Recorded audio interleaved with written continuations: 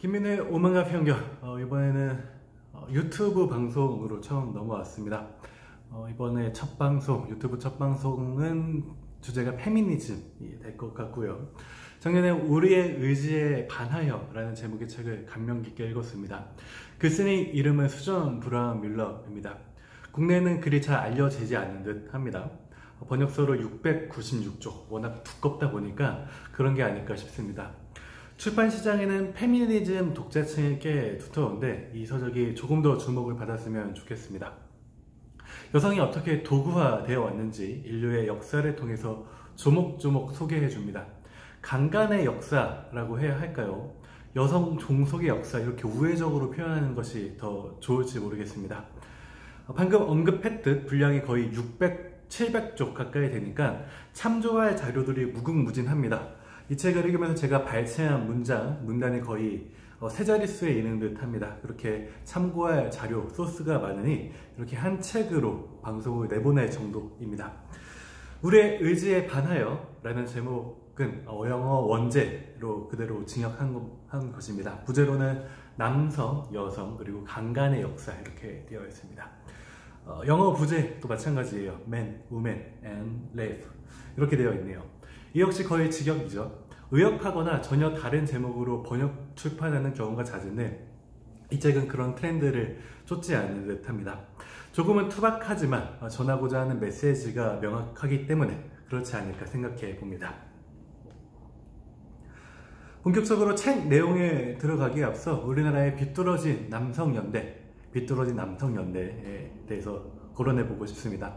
미투 운동이 번지면서 음지에서 벌어지고 있던 사건들이 하나둘씩 터지고 있습니다. 남성들이 클럽에서 만난 여성들에게 미약, 체음제를 먹이고 강간을 저지르는 일도 참 문제였죠. 여성의 동의를 구하지 않는 강압적인 성관계이니까요. 더 큰 문제는 2차 가해일 텐니다. 불법 촬영 동영상을 유포하는 것 말입니다. 모 연예인 사건이 만천하에 공개되면서 남성들의 비겁한 동맹 또한 수면 위로 드러났습니다. 남자들끼리 모인 단체 채팅방에서 무용담을 전하듯 자기가 어떤 여성을 성폭행했는지 그 여성과의 성관계 동영상을 공유합니다. 소란의 초대남 이슈도 마찬가지죠. 약을 써서 여성을 무기력한 상태로 만들어 놓고 인터넷 커뮤니티 사이트에서 초대남을 모신다 이렇게 게시글을 남깁니다. 댓글에 단 사람들 중 몇 명을 선택하고요. 자신과 자신이 성폭행하려는 여성이 있는 장소를 알려줍니다. 집단적으로 성폭행할 수도 있고요. 먼저 자기가 성폭행을 한 후 다른 이를 초대하면서 본인은 자리를 뜨는 경우도 있을 수 있겠죠. 이런 비정상적인 일들이 버젓이 자행되고 있습니다. 범죄입니다. 들키지 않을 거라는 확신 때문인지 범죄임을 자각하면서도 그렇게 남성들의 천박하고도 추악한 동맹 문화가 지속되고 있습니다.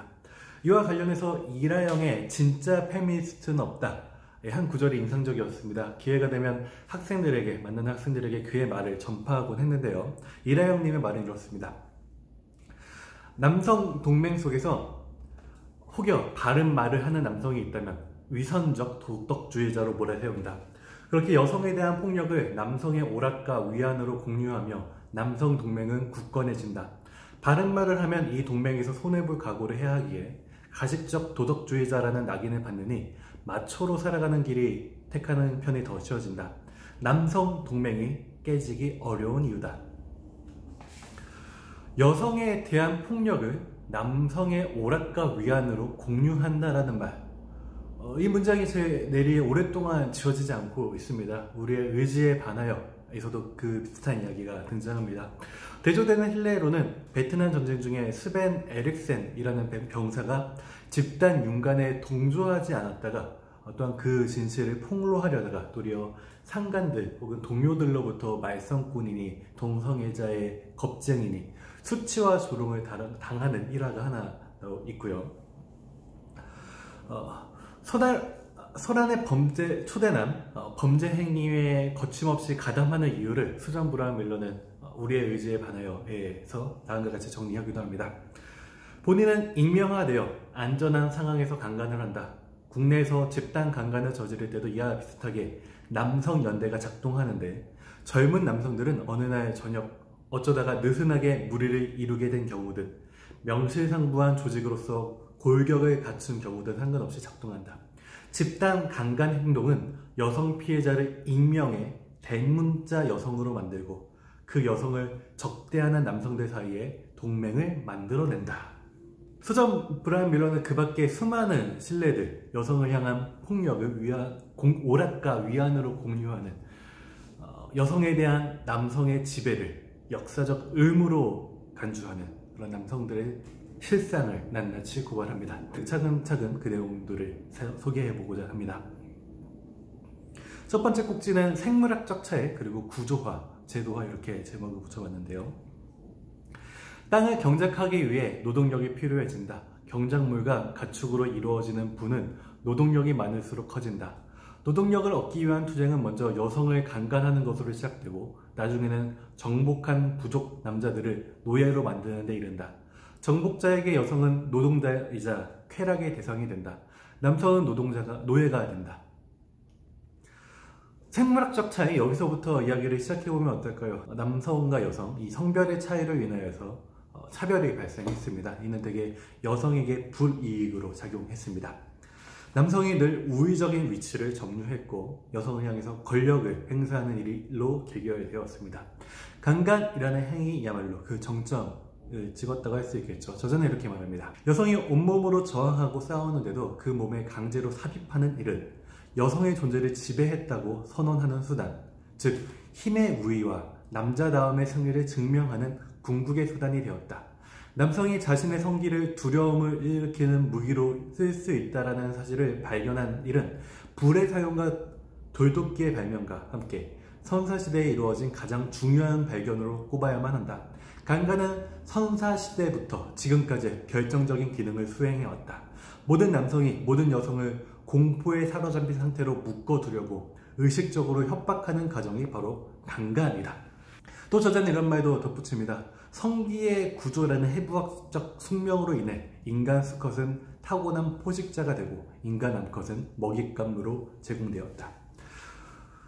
음경과 음순, 성기의 차이일 뿐인데 상하관계, 위계질서가 공고해졌습니다. 그렇죠. 강간이란 대개 권력에 의해 신체적 자기 결정권을 손상을 당하는 것, 성적 자기 결정권을 행사하지 못하게 된 것, 강압에 의한 성관계, 이 모두를 아우르는 개념들이죠. 음경이라는 무기를 지닌 남자에게 강간으로 똑같이 보복할 수 없는 여성.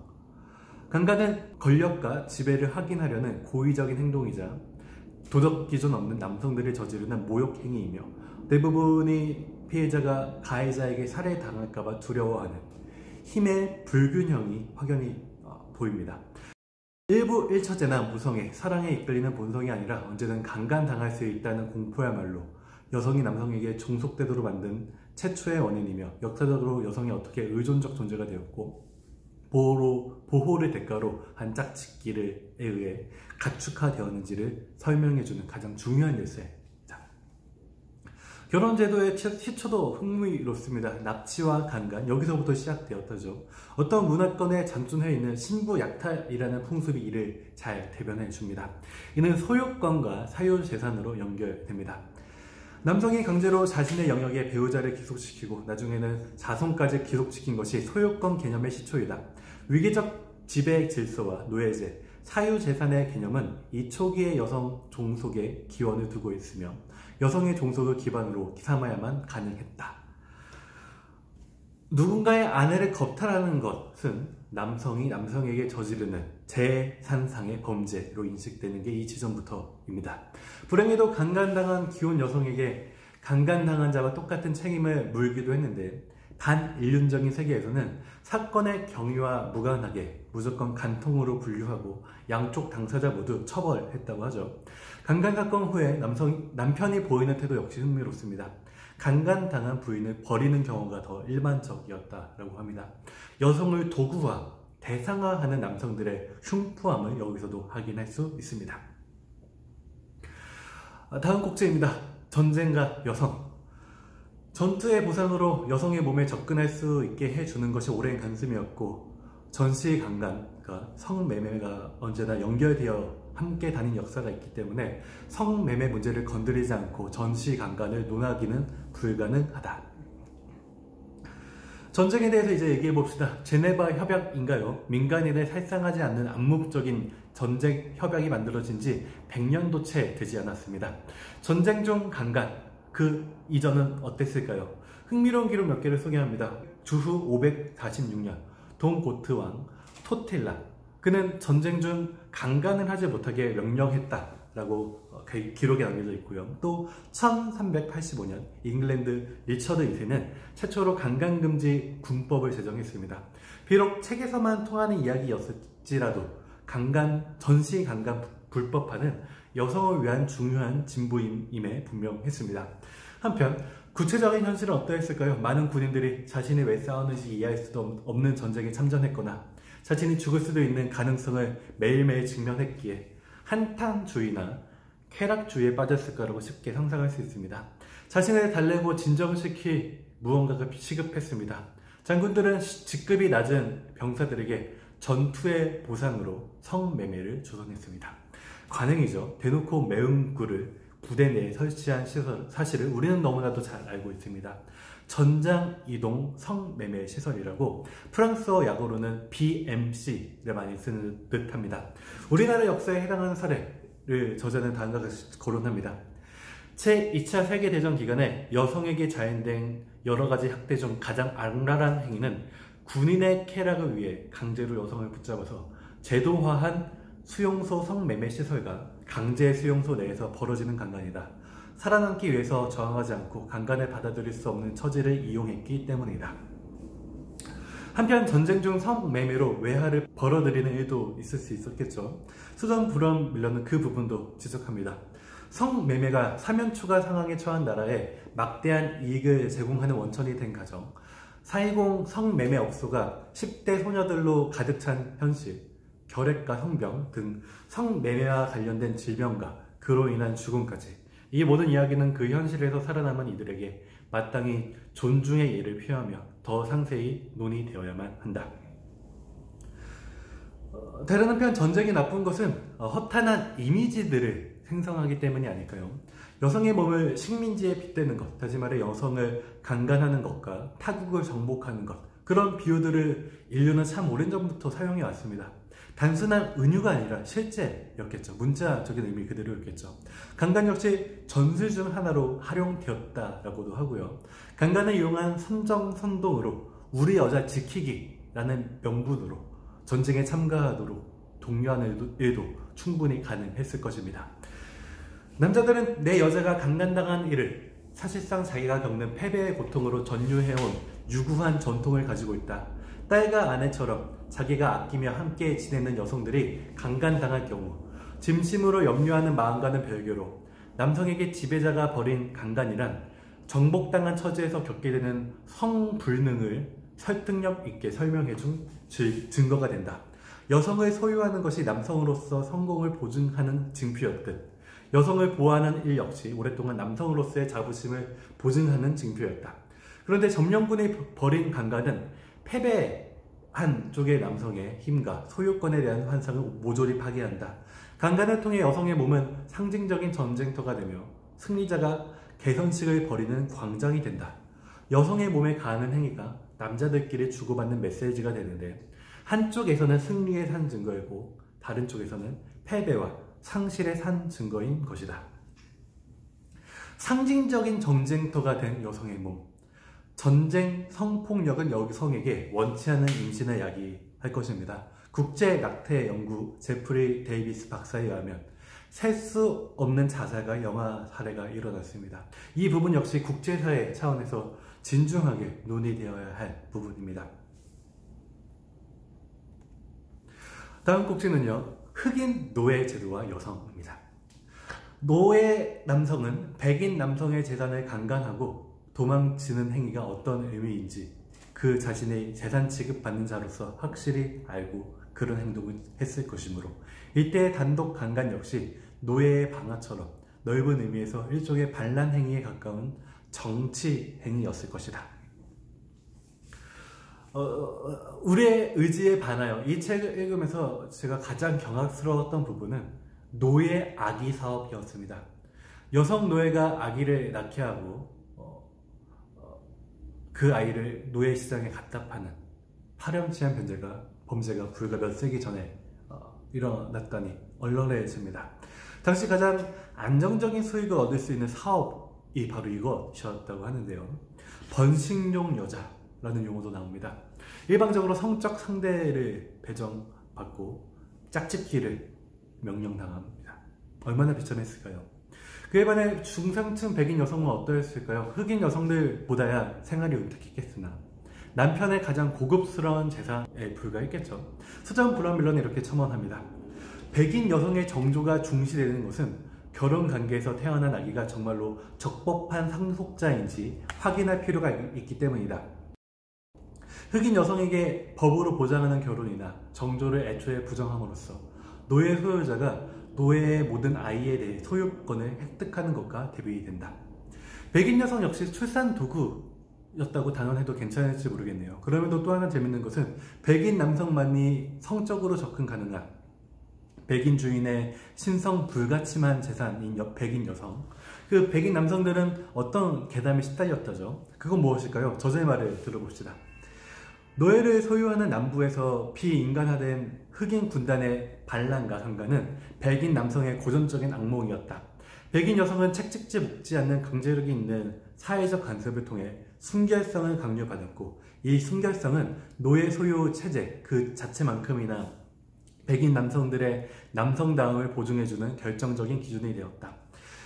백인 남성은 흑인 여성 노예에게 일일이 셀 수 없을 만큼 법법 행위를 저지르고 있다는 사실을 스스로 알면서도 그 행위를 범죄로서 강간이라고 부르는 일을 거부하고, 따라서 언제나 자신들이 보여온 태도가 역으로 되짚혀 나타냈으라 바짝 경계했던 것이다.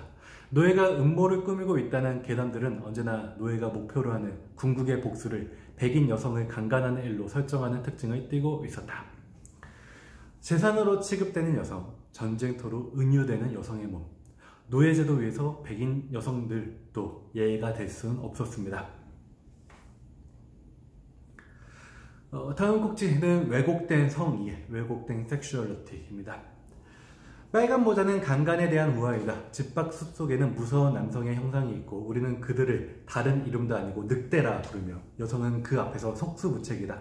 소녀들은 제 갈 길에서 벗어나지 않고 바싹 붙어 갈수록 모험을 하지 않을수록 좋다는 이야기를 듣는다. 만약 행운이 따른다면 착하고 친절한 남성이 당신의 재앙에서 구해줄 수도 있다. 여성을 특정한 프레임에 가둬두려는 남성들이 참 많습니다. 예쁜 수동성, 기다려라, 그냥 기다리기만 해라. 완벽한 왕자님이 곧 오실 테니. 또 이런 게 있죠. 히치하이킹을 하는 낯선 남자를 차에 태워준다거나 집에서 차 한잔 하자고 초대하는 일이 곧 성관계에 동의한 것이라는 그런 도식에 빠지는 것. 이것도 남성들이 수사해 놓은 어떤 여성에 대한 이미지입니다. 더 심각한 것은 강간신화입니다. 그런 용어를 들어보신 분이죠. 강간신화. 여성은 강간당하기를 원한다고 착각하는 남성들의 판타지를 가리킵니다. 강간신화의 핵심 명제에 대해 수전 브라운 밀런은 다음과 같이 말합니다. 모든 여성은 강간당하기를 원한다. 자신의 의지에 반해 강간당하는 여성은 있을 수 없다. 그녀가 원했다. 어차피 강간당할 상황이면 긴장을 풀고 즐기는 편이 낫다. 이 모두는 지독하기 짝이 없는 남성의 강간 신화이자 여성의 섹슈얼러티를 지배하는 왜곡된 격언이다. 이러한 강간 신화에 익숙해진 남자들이 입법이든 사법이든 어느 영역에서든 주요 인사였을 테니 여성들이 겪는 수모와 치욕들이 얼마나 고통스러웠을까요? 강간당할 때 저항했느냐 안 했느냐, 이것을 기준으로 범죄를 가늠한다니 어처구니가 없습니다. 개탄스럽습니다. 동의했느냐 안 했느냐, 이 자기 결정권에 초점을 맞춰야 하겠죠. 수전 브라운 밀런은 다음과 같이 진단합니다. 법은 범행 당시 피해자의 반응을 평가하고 저울질할 뿐만 아니라 피해자의 과거 성편력까지도 면밀히 조사한다. 피해 여성이 동의하기 쉬운 성향인지, 믿을만한지, 진실한지, 거짓을 말할 소인이 있는지를 판단하기 위해 조사할 필요가 있다는 것이다. 여성 입장에선 강간당하는 순간 목숨을 잃을 수 있다는 공포에 사로잡히기에 저항했다가 죽임 당할지도 모른다라는 경각심을 느낀다고 합니다. 서점 브라운 밀러의 말입니다. 강간당하는 순간 여성은 강간을 일종의 대가로 지불한다라는 사고방식에 사로잡힌다. 강간의 대가로 목숨을 건진다거나 외모를 흉하게 망가뜨릴 고통스러운 신체 상해를 피할 수 있을지 모른다고 여기는 것이다. 저항의 유무를 가지고 따지고 판단해서는 안 됩니다. 위니 리의 다크 챕터라는 자전적 소설에 그런 심리가 잘 반영되어 있습니다. 법정에서 성폭력 피해를 증언하면서 겪는 수치심도 정확하게 표현해냈기도 했죠. 상황이 이렇다 보니 성폭력 생존자들은 신고를 꺼릴 수밖에 없습니다. 왜? 성폭력 생존자가 자신이 입은 피해를 압도적인 힘과 공포 때문에 저항할 의지가 꺾였다는 것을 피해자 자신이 증명해야만 하는 걸까요? FBI 기록이 그 통계를 뒷받침해줍니다. 강력범죄 중에서 가장 덜 신고되는 범죄가 강간신고라고요. 앞서도 정조라는 말이 여성에게만 적용된다고 했는데요. 다큐멘터리 영화 피해 연대기에 의하면 잔다르크에게 천역성을 검증했다고 합니다. 여성 영웅은 아름답고 순결해야만 한다는 성적인 지조를 지켜야 한다는 강박. 도대체 왜 이런 걸까요? 왜 남자들의 잔혹행위보다 처녀의 순교자 전설이 사람들의 눈길을 끌어온 걸까요? 왜 법은 강간을, 강제 성기 삽입, 이성애적 범죄로만 공허하고 협소한 정의에만 갇혀 있는 걸까요? 다음 꼭지는 성매매와 포르노그래피입니다. 강간은 비이성적이고 충동적이며 통제할 수 없는 욕정에 의한 범죄가 결코 아니다. 정복자가 되고 싶은 남성이 여성에게 두려움을 주고 협박하려는 의도로 계획된 비하 및 점령행위, 즉 의도적으로 여성을 적대하는 폭력행위이다. 최근 독일의 성매매 업소에 대한 기사를 하나 접했습니다. 독일과 네덜란드가 대표적으로 성매매가 합법화된 국가인데 성매매 노동자가 부족하자 갱단에서 납치를 하는 등 각종 범죄가 연쇄적으로 터졌습니다. 성매매 합법화 뒤엔 숨은 그림자가 확연히 드러난 것이죠. 수전 브라운 밀러는 이에 대해 한마디 못합니다. 성매매 합법화는 여성의 몸에 대한 접근권이 남성의 신성 불가침의 권리까지는 아닐지라도 금전적 권리라고 여기는 관념과 섹스란 문명화된 남성을 거부하지 않아야 할 여성의 봉사 의무라는 관념을 제도화한다. 남성의 강력한 충동은 곧바로 충족되어야만 하는 것이며 그에 협력하도록 특별히 확보되어 면허를 받은 특정 부류의 여성이 있어야 한다는 관념이야말로 강간의 대중심리의 핵심이다. 성매매 합법화, 여기에는 남성 중심적이고 남성 우위적 구조가 스며들어 있음을 확인할 수 있습니다. 포르노그래피도 똑같습니다. 포르노그래피는 여성의 모든 성적 활동을 저속한 것으로 만들고 그에 따라 모든 여성을 저속한 존재로 만드는 장치를 통해 여성의 성적 활동을 냉소적으로 착취한다. 포르노그래피를 볼 때 다수의 여성이 느끼는 뱃속에서 곧장 우러나오는 이 불쾌감은 너무나 터무니없는 목적을 위해 우리 자신과 우리 몸을 벗기고 노출시키며 짓밟고 있다는 사실을 직감하는 데서 오는 것이다. 여성을 익명에 헐떡거리는 장난감, 성인용 장난감, 이용하고 학대하고 망가뜨린 후 버리면 되는 인간성이 말살된 사물로 보는 것을 통해 권력을 쥔 느낌과 쾌락을 얻어야 부풀어 오른다라는 저 남자다운 자부심을 강화하겠다라는 터무니없는 목적 말이다. 이것은 강간의 철학이기도 하다. 포르노그래피 장르에서 여성의 역할을 붙잡혀서 따먹히는 처녀 아니면 만족할 줄 모르는 생녀 둘 중 하나인 것은 결코 우연이 아니다. 포르노가 파는 주된 품목은 언제나 여성의 벌거벗은 몸, 여성의 노출된 가슴과 성기일 수밖에 없다. 남성이 고안한 구도, 즉 여성의 나체는 여성의 수치이고 그녀의 사적인 부위는 남성의 사유재산인 반면 남성의 그 부위는 성스러우며 유속있고 보편적인 가부장적 권력의 수단이자 그녀를 힘으로 지배하는 수단이라는 구도가 이미 존재하는 까닭에 여성의 나체만 포르노가 하는 상품이 된다. 그렇죠. 남성 중심적 문화의 실상은 이것입니다. 시간이 흐를수록 여성을 보호한다는 미명하에 고의로 여성을 배제해온 것, 이것이죠. 마지막 꼭지입니다. 여성에 대한 남성의 지배. 강간이란 풋내기들이 자기 사촌이나 아는 형과 물려 다니다가 저지르는 따분하고 멍청하며 못난 행동이지 멋지고 재치 있으며 부도덕하면서도 영웅적이고 성적 매력이 넘치는 한량이나 정상적인 성욕 발산 수단을 빼앗긴 소심한 영혼, 통제할 수 없는 성욕에 사로잡힌 초인이 저지르는 일이 결코 아니다. 하지만 경솔하고 예측 가능하며 둔감하고 폭력 충동에 휘둘리는 이 어린 남성들의 어깨에는 일종의 역사적 임무가 짊어져 있다. 그것은 바로 여성에 대한 남성의 지배를 힘으로 연구한다는 임무이다. 남성의 성기, 음경은 가부장제 권력의 수단이요. 여성의 성기, 음수는 남성의 사유재산이자 상품으로 사고팔려 왔습니다. 여성을 보호한다는 미명 아래 여성을 짓밟고 배제해오고 여성을 두려움에 사로잡히게 만들어 순한 양으로 귀에들이고 마치 타락한 종류가 신도들의 영혼을 빼앗는 것과 동일한 과정이죠. 그들이 원하는 것도 똑같습니다. 권력, 지배력, 통제력, 주도권 이런 것들이죠. 안타깝게도 저자가 여성들에게 충고하는 내용은 우리가 평소 하는 말들과 다르지 않습니다. 주의사항 목록 다음과 같습니다. 여성은 혼자서 스스로 방어할 수 없을 것이다. 다른 여성이 도우러 올 수 있다 해도 전혀 도움이 되지 않을 것이다. 강간법이 남성이라는 사실에도 불구하고 여성은 언제나 남성을 동반해야만 궁극적인 안전을 보장받을 수 있다. 자신의 성적 온전성을 중요시하는 여성은 남성들이 늘상 아무렇지도 않게 즐기는 정도의 자유와 독립을 기대할 수밖에 없다. 차창을 열고 차를 모으는 정도의 작은 즐거움마저 위험하고 무모한 행동이다.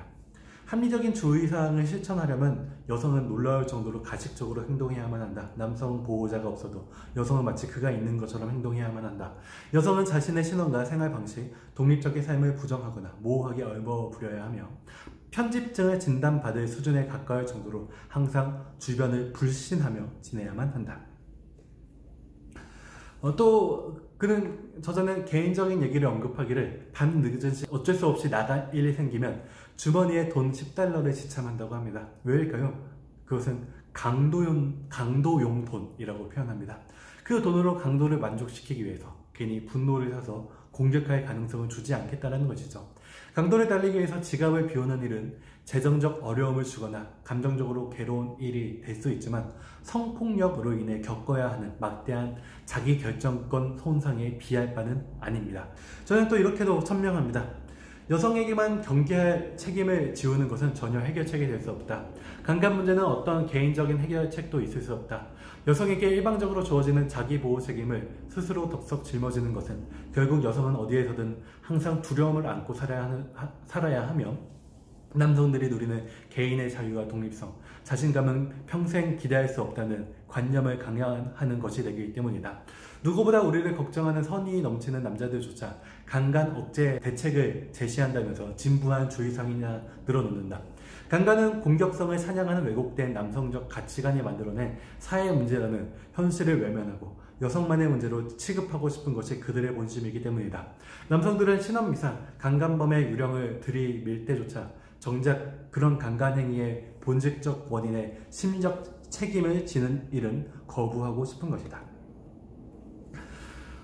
수전 브라운 밀러의 처방은 유쾌하고 재치가 넘칩니다. 그는 책 서두에 음경과 우순의 해부학적 숙명으로 이야기를 시작했는데 말미에 이르러서도 한 차례 더 생물학적 특성을 언급합니다.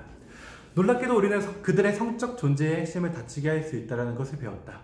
저 성경의 명령을 어긴다면 헤아릴 수 없이 오래전부터 여성에게 테러를 가하는 무기로 오용되어 온 남성 기관의 뿌리에 고통에 극도로 취약한 지점이 있다는 해부학적 사실, 이 사실에 일종의 형이상학적 공정함이 존재한다면